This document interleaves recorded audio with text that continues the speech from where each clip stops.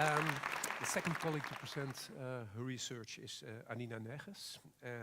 She holds a PhD from the Vrije Universiteit. She's a doctor. And she joined us in 2017 as a postdoctoral researcher at the Digital Humanities Lab. Please welcome Adina Nerghes.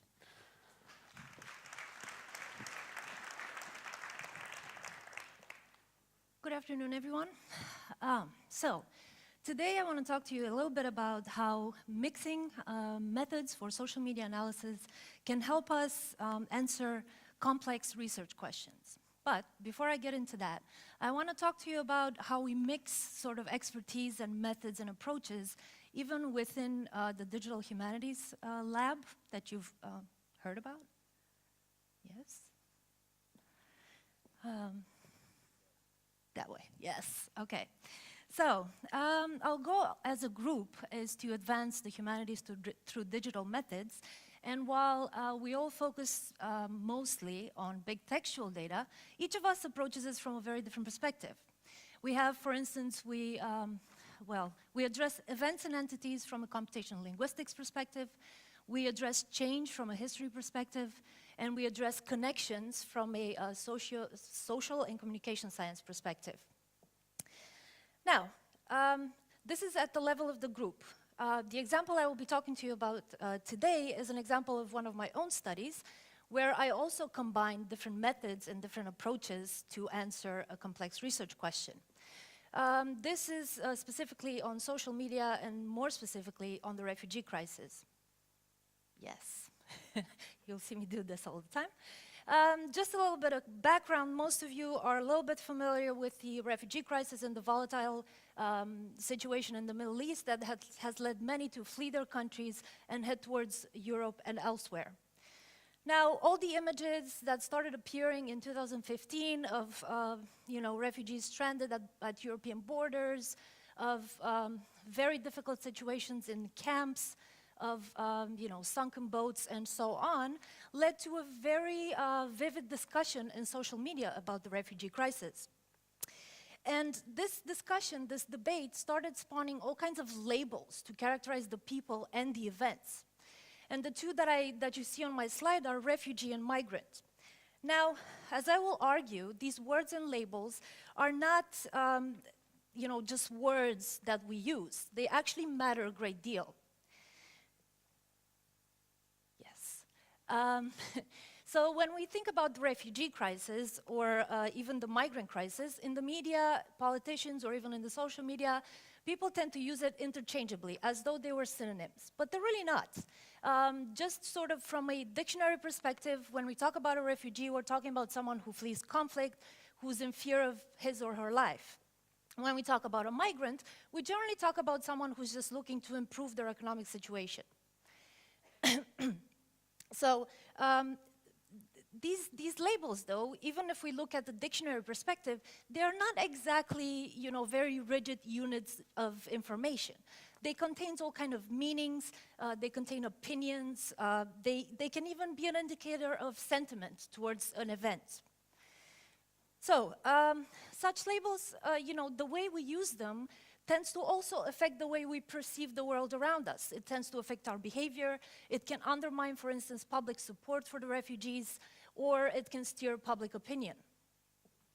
Trying to understand this debate and specifically the sentiment associated with the different labels and frames that people use to talk about the refugees and the crisis itself, we collected over 1 million social media posts, both from Twitter and YouTube. And while it was fairly easy to collect this data, trying to analyze it to answer a complex research question, for instance, here you can see that we looked at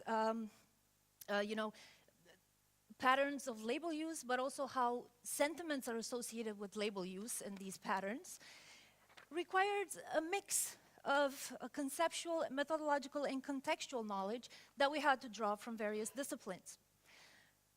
So, to achieve a robust analysis, we mixed a lot of things. So, a multidisciplinary approach.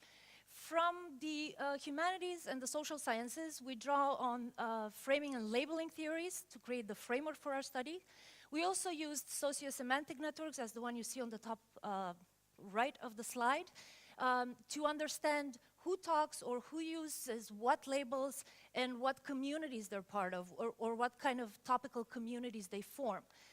From computer science and computational linguistics, we use topic modeling to understand the most prominent topics in the debate, and also sentiment analysis, of course, to relate the sentiment to the different communities and the different labels. Most importantly, we depended a lot on expert knowledge on social media platforms and the refugee crisis to be able to disambiguate the connotations the different labels have, but also to contextualize our results. What we found was that, well, of course, this was a mostly negative debate, we all know that. But most importantly, what we found was that there is a sort of a clustering and an ordering of how sentiment surrounds the different labels. Of course, unsurprisingly, those labels that refer to some kind of threat to the society were the most negative, followed by those referring to agency. So, did they have a choice in coming here? Permanence, how long are they going to stick around? And lastly, what is the cost we're going to incur from having these refugees here? Now, just to wrap it up, the way we frame things matters. Matters for the way we perceive things, but also it matters for the way others understand new events. And analyzing such social media responses as I presented to you requires a lot of different things. In our case, using linguistic and computer science approaches gave us the tools and the analysis algorithms.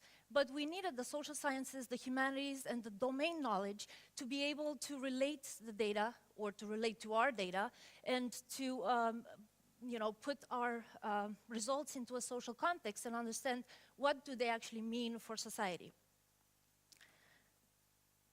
So, I would like to conclude by saying that bridging different approaches and different perspectives these perspectives are not mutually exclusive, and they have the potential to inform one another.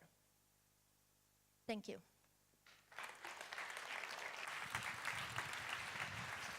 Thank you, Adina.